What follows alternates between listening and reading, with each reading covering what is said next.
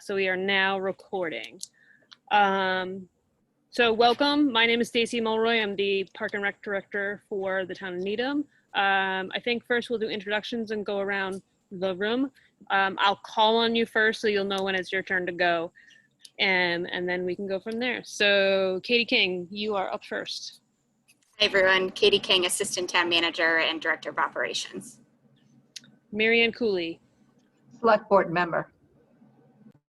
Tony Delgazio, or Delgazo. Yep, Town Engineer. Tara. Yep, Tara Gurge, Assistant Public Health Director. Deb, you're on mute, but I'm calling on you. Debbie Anderson, Director of Conservation. Clay. Clay Hutchinson, Conservation Specialist. All right, and I'll call on Dan, you first, and then you can pass it on over there.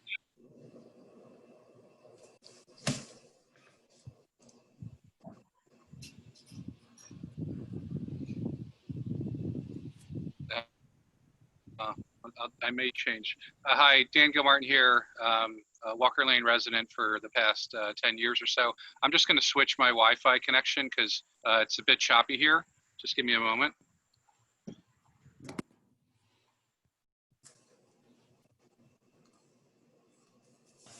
Can you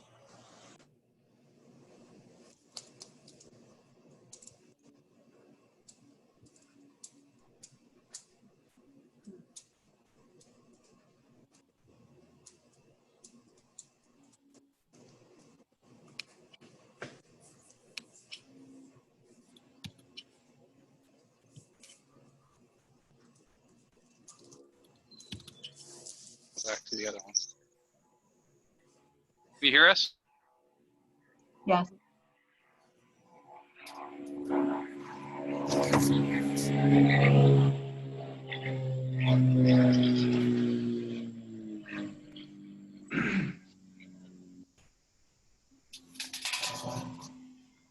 Dan, we lost your video. Oh, now it's back.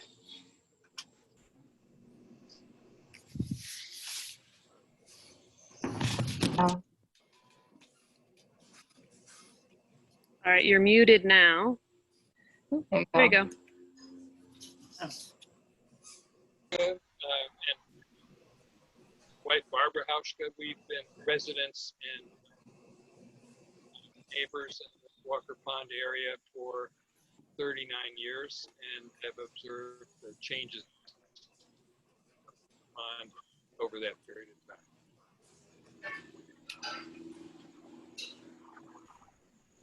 Great. Well, again, thank you, everybody. Apologize for the sluggish start. I sent you some of the information that Dan had provided the town, some links, some documents, so I hope you had some time to go over this. But mostly I'm going to turn this over to Tony so he can update us on, yeah, he looks thrilled. That's great. It looks like we're frozen. We can hear you, Dan, so that's good. If you can hear us. Yeah. So Tony, if you could, Tony and I had a conversation many months or a few months ago about this, and he brought me up to speed, but I thought it would be great to have him bring all of you up to speed. I don't know what else to do here. I could try. Dan, can you hear us?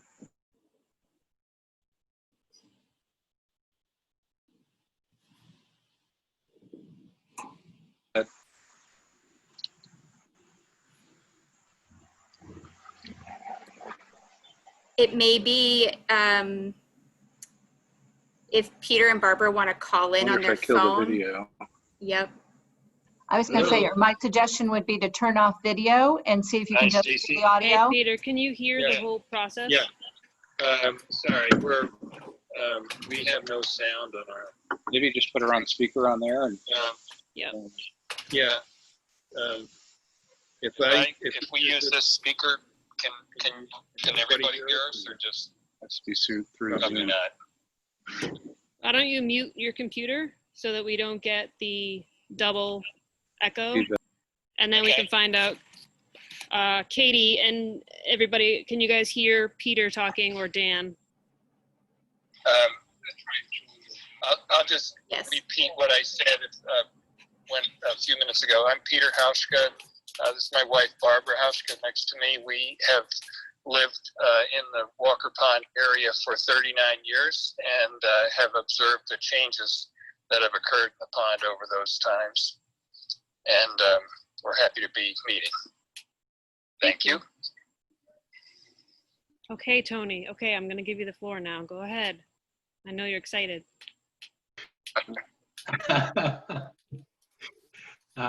Well, it was a while ago. I would say maybe 8 or 9 months. I was invited to attend a meeting with Roy Kramer, who was describing the problems that were occurring at Walker Pond, essentially vegetative overgrowth of the pond. And the meeting was, I believe, intended. Yes, she does.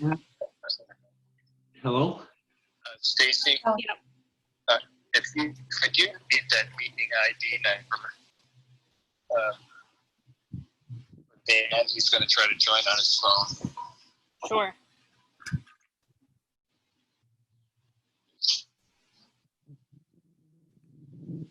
Eight 865-0419 7217.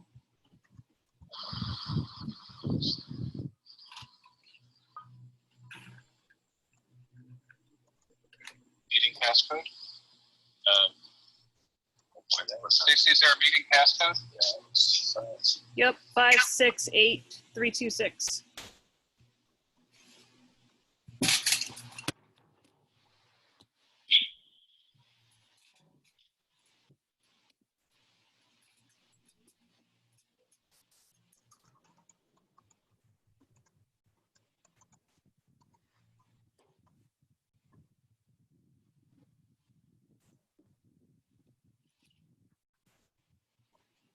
So while they're logging on, I just want to be mindful that we only have about 35 minutes left. So if we could Yep, be absolutely. brief and efficient in our discussion.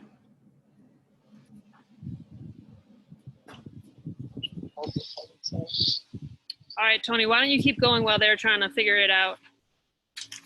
Because they can still hear you through my phone.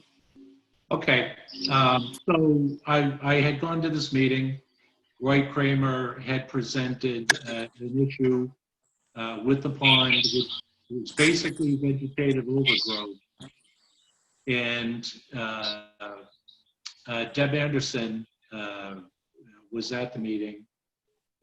Basically, there was a report that had been done by the Conservation Commission that evaluated the pond and made some suggestions as to how it might be cleaned up, so to speak, for lack of a better word.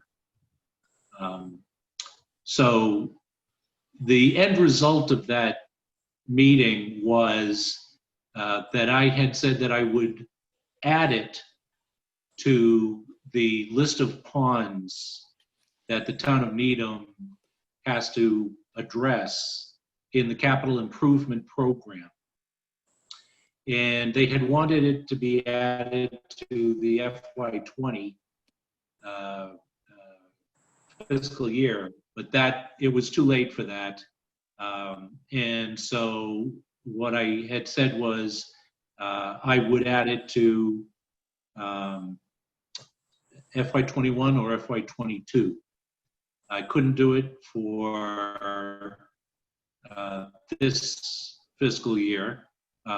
So the plan currently is to add it to the fiscal year 2022, as one of the ponds to be cleaned up. Just to remind everybody, so the town of Needham has 5 Category 5 water bodies that the EPA has mandated that we clean up. Rosemary Lake was probably the largest and the first. Walker Pond is actually not on the list. However, we still have a CIP of ponds to be cleaned up. And so this Walker Pond will be added to the capital improvement projects for this year, for this upcoming year that we're submitting information on actually right now. Tony, can you catch up to speed on what has been done to the pond in the last couple of years, if anything? I know that what's been done is from the reports, but from the town side of things. Well, there have been a few small things. I suppose I should mention the sewer. We are moving forward with a citizen's petition to try to remove at least 4 septic systems that are adding nutrient-laden effluent to the pond. So that was one step. Another step is the chairman of the Conservation Commission, Janet Bernardo, volunteered to design a improvement project, like a rain garden or a tree garden, trench garden, or other type of infiltrative practice to try to address some of the stormwater that's coming from the catch basins. And then thirdly, we're currently working on a pilot project to address areas within the contributory watershed to Walker Pond. And this includes different types of clumpy, rooted grasses, wildflowers, certain kinds of trees, and so forth, to create these breaks in the drainage pattern so that more water will be infiltrated in the ground at various locations to it ever reaching Walker Pond. And then also, I believe there was 2 or 3 structures that we would be adding to the drainage system so that sediment and other contaminants could be removed prior to the stormwater discharge to Walker Pond. And we've been working on that now for the past several months. Kim Donovan is heading up that effort, coordinating what we call the Total Watershed Committee, which will be looking at all of the watersheds in town. But the Walker Pond we're doing first as a pilot project.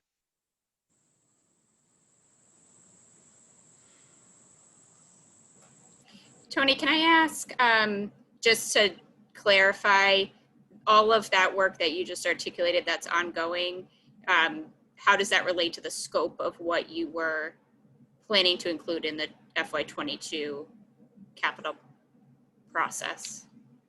Well, the FY22 capital process is going to address the issues that are raised in the Walker Pond analysis that the Conservation Commission did several years ago. They have indicated, they have indicated several types of problems with Walker Pond.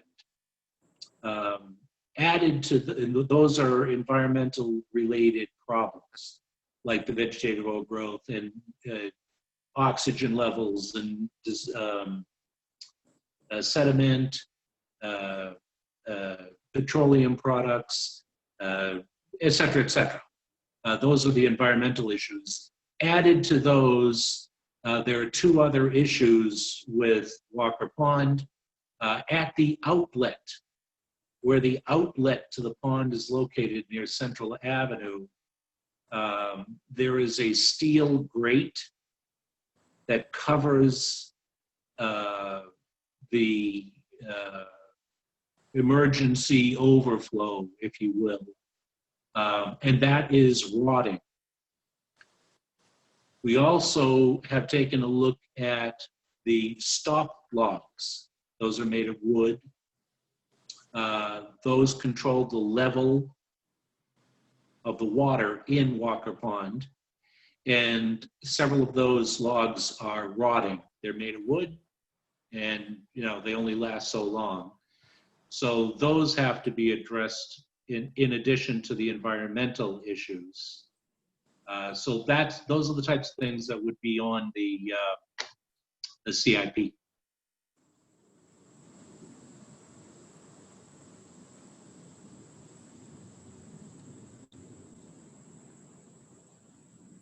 I feel like I would benefit by understanding the what would be on the CIP and what the other recommendations are, so that I'm clear on the whole scope of the project and understand what we're giving up or what we're deferring, and it's not clear to me what we're actually doing yet.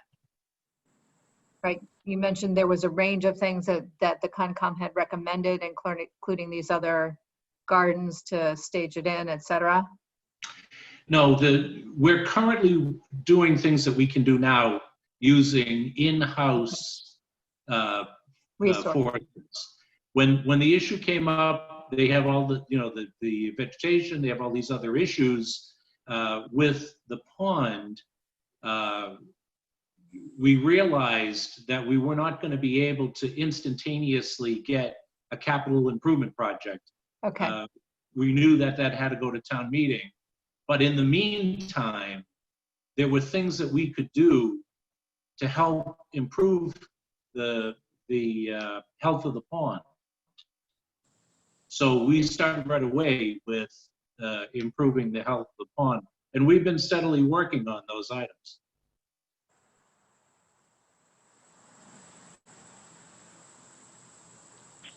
I might be able to add a little bit on the background, how it came before the Conservation Commission.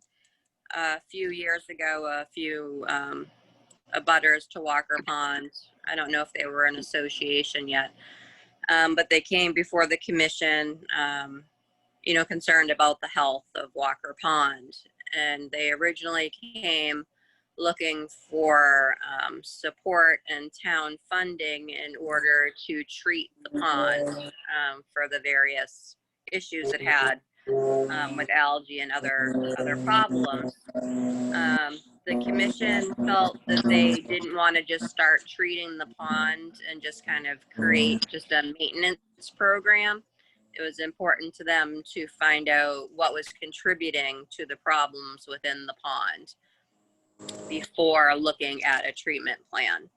So the town, gave them funding in order to have ESS kind of do this assessment of the pond, which was the original report that everyone should have received to review. So that was kind of their, the overall health of the pond.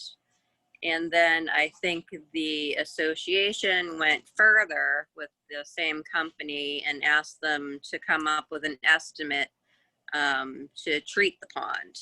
And I think that's what they came before the town last year looking, or the beginning of this year, looking for funding was to implement this plan. So that's kind of how it came before the commission, if that helps at all.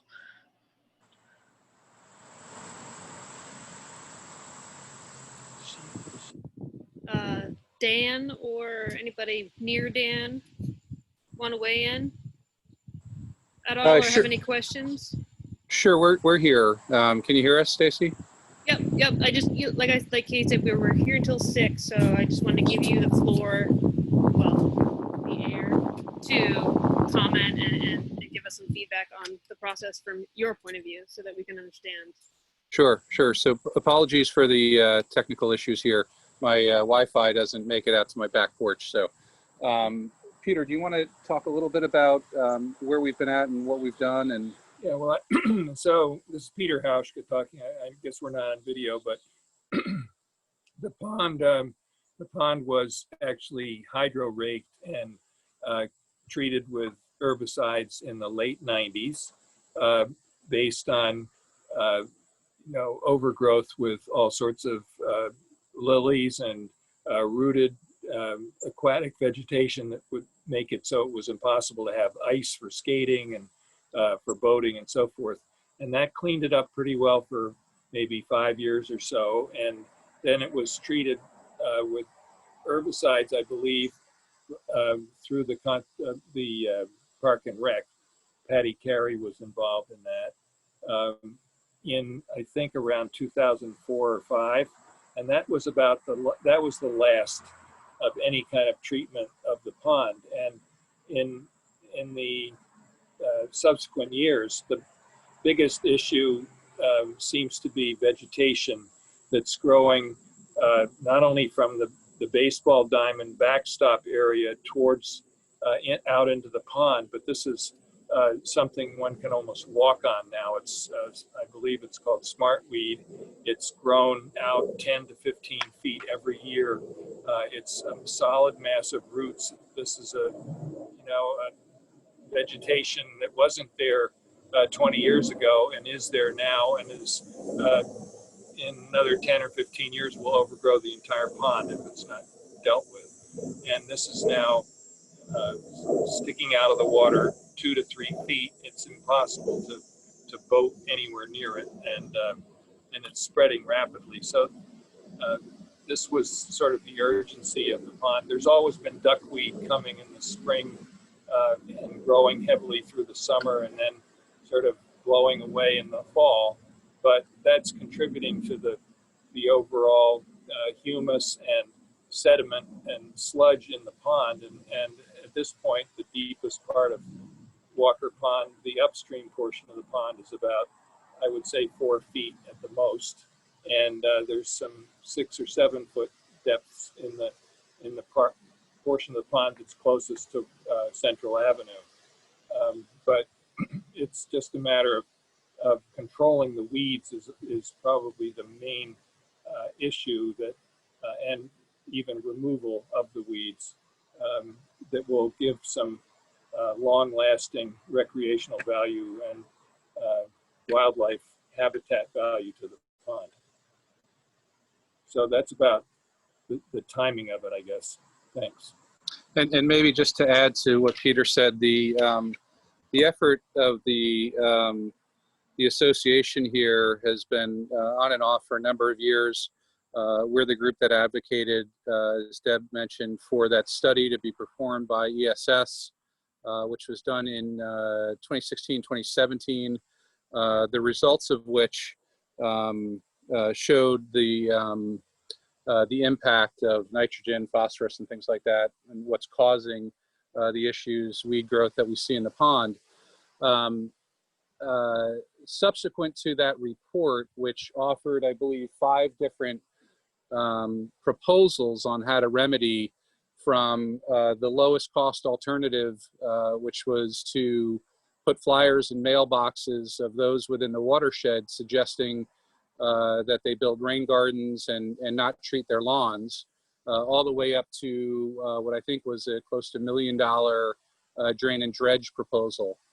In the years following the delivery of the ESS report in 2017, really nothing was done. The brochures were handed out by the association within the watershed, but nothing else was done, and we continue to see worsening of the conditions of the pond, which is what prompted us to reach out to ESS to request of them a secondary opinion on their own proposal, I guess, which was sent to Roy, which we used as the basis to advocate for some work to get done on the pond last year, meeting with Concom in October, and then taking the idea to Park and Rec, and eventually to seek funding from CPC.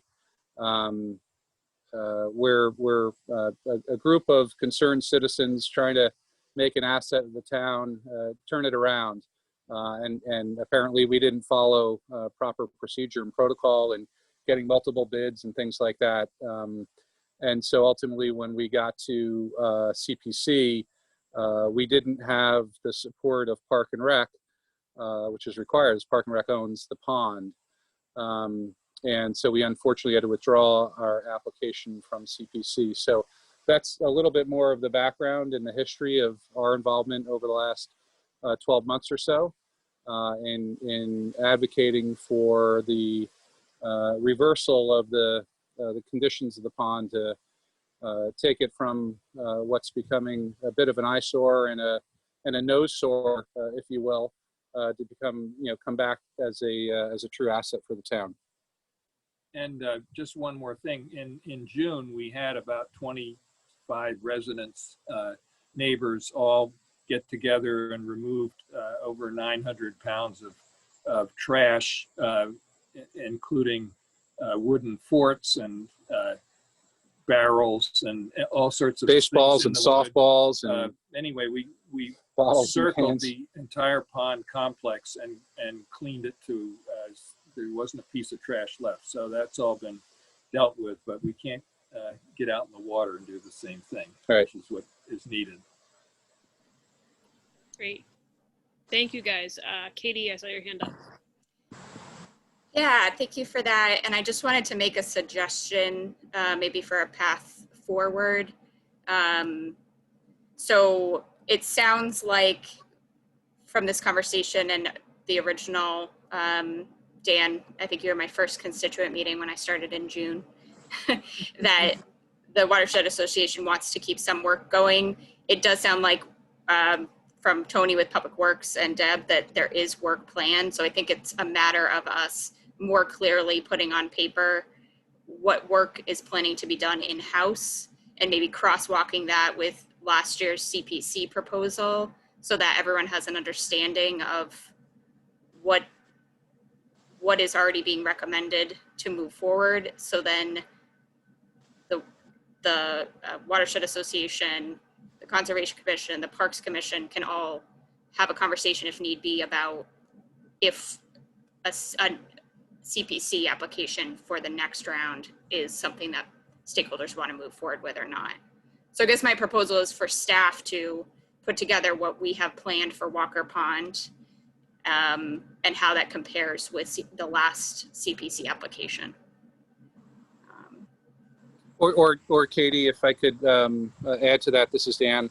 I think that's a great suggestion. Perhaps we can also look at that latest proposal from ESS and look at the suggestions that were made in that proposal and compare that to what's being done in-house, and should some of those suggested activities augment what's being done in-house today. Can I ask Dan, just for clarity, the CPC application that was submitted last year, was that based on the ESS? It was, yes. Okay. Great.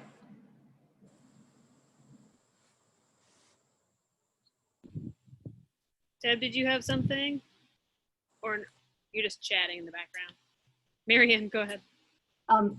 Can somebody just remind me what the deadlines are for where this needs to come out over this year? So my understanding, Marianne, is December 1st is the CPC deadline for the next round. So I would be working backwards off of that. Okay. So does it need to be on the capital improvement plan before it goes through with CPC? Tony, you're muted. You're muted, Tony.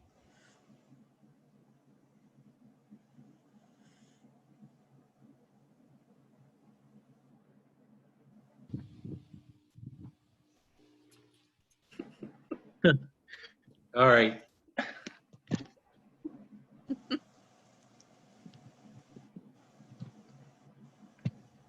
We can hear you now, Tony, and we can see you.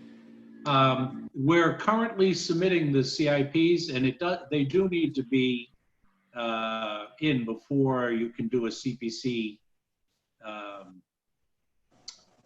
request for funding, simply because you need to know what it is that's going to be in the project, what elements you're going to put in the project.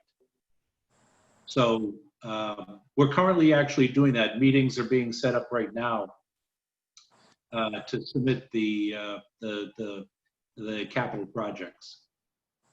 So it'll be in place before the CPC deadline in December. Well, the request will be in place to put it on the put it in the 5-year CIP. That's what we're working on. So we need to have essentially what are the elements in the project? What the things that I was mentioning, for example, the various environmental issues. How do we suggest that we how do we address those? The physical issues, the grate and the logs, anything else, like cleaning up areas of the watershed that we are not currently including in our pilot program. So those have to be captured and put into a narrative, so to speak, which is part of the CIP. Marianne, you had your hand up? No, I had it up earlier, but so Tony, are you saying on the CIP, this CPC application will essentially be year 1, and are you submitting things for out years for additional work here? No. No? No.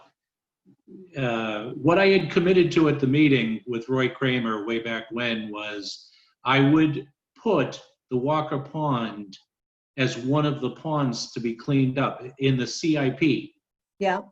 And so in order to do that, the town has forms that you fill out that have elements of the project, cost estimates, and so forth, so that we can describe the project to town meeting, assuming that it does go to town meeting. It goes to the select board first and finance committee, and then right.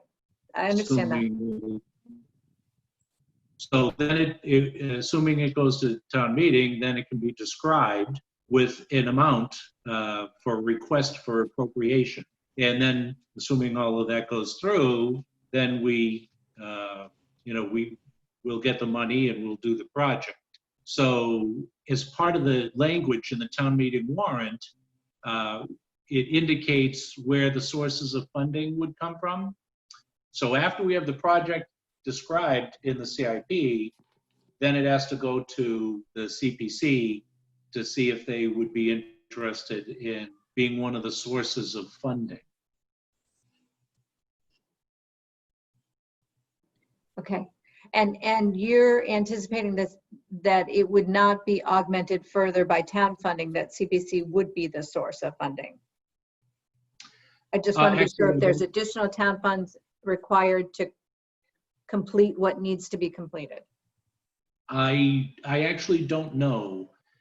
I don't know if it would be entirely CPC or if it would be part CPC and part town funds, or okay. what the mix would be. I only know that if CPC is willing to fund part or the whole thing, then that would go into the italicized description in the warrant language. It would say, yeah. Okay. Okay, so Tara, we can regroup as, oh, sorry, go ahead. Tara, you had your hand up, but did we miss it?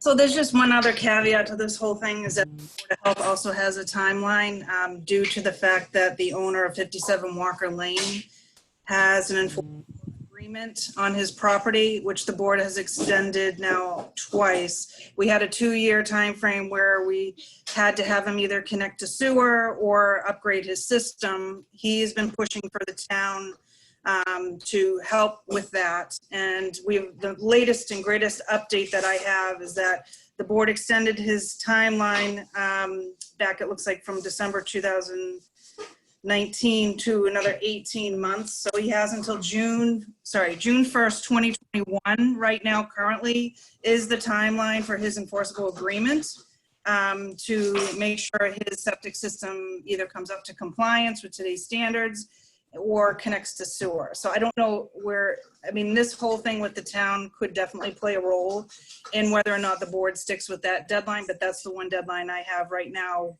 in the file for that property. I can add to that. The residents submitted a petition for a sewer betterment. The engineering division basically went out, performed a survey, design plan, bid documents, and so forth to accommodate that request, and provided an estimate. I believe it was $270,000 for the sewer main to be constructed, and it would capture number 57, which is under the order from the Board of Health. It captures actually 4 properties and potentially 5, but it's a separate article. It's not related to the pond article. It's a sewer betterment, request.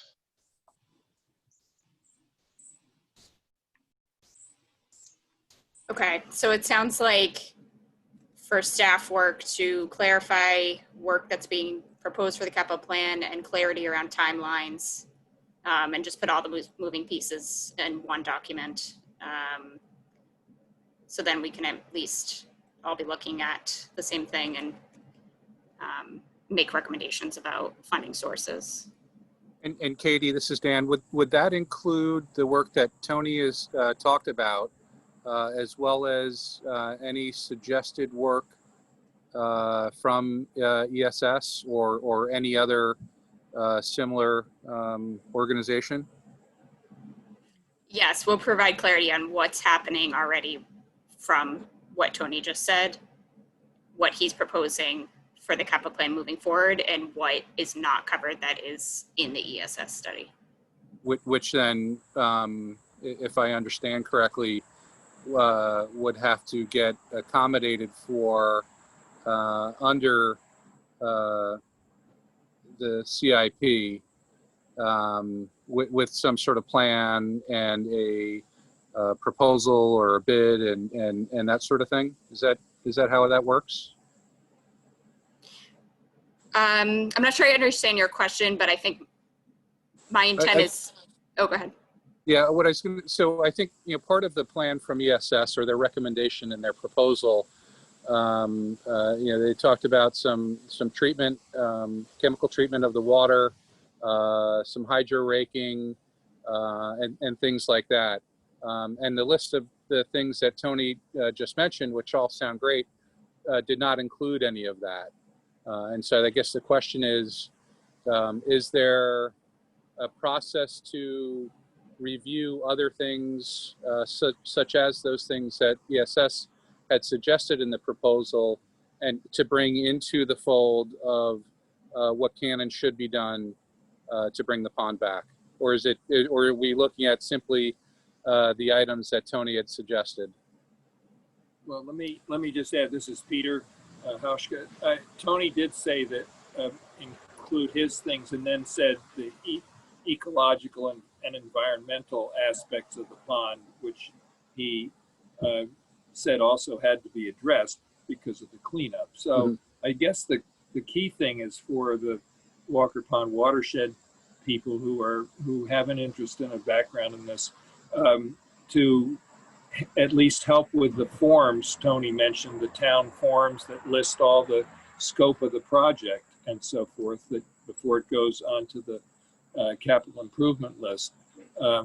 If we could at least help to suggest items for those, or maybe review it so that it goes through in a way that seems like a complete document and complete request, and not just a portion of what needs to be done.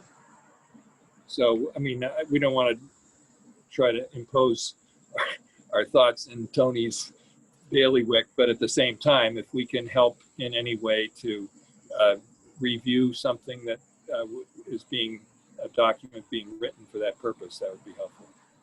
I think when we're all working off of one document with a clear understanding, then we can have that discussion, because a lot of what goes into the planning for that capital improvement plan is also all of the projects that DPW is trying to juggle for the whole year ahead. So I think once we have a full view of what's proposed, then that can inform the next group discussion of what's missing on that list, and you know, how does the group want to move forward from there?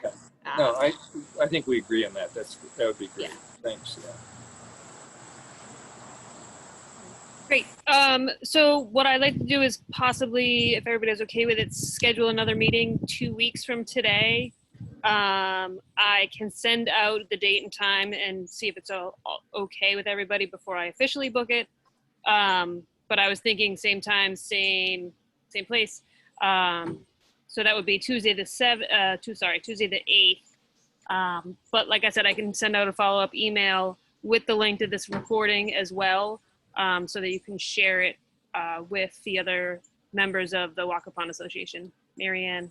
Stacey, I can just tell you, I can't do that same time. It's a select board meeting night, and I have a 4 o'clock meeting, a 5 o'clock meeting, and select board at 6 that night. So.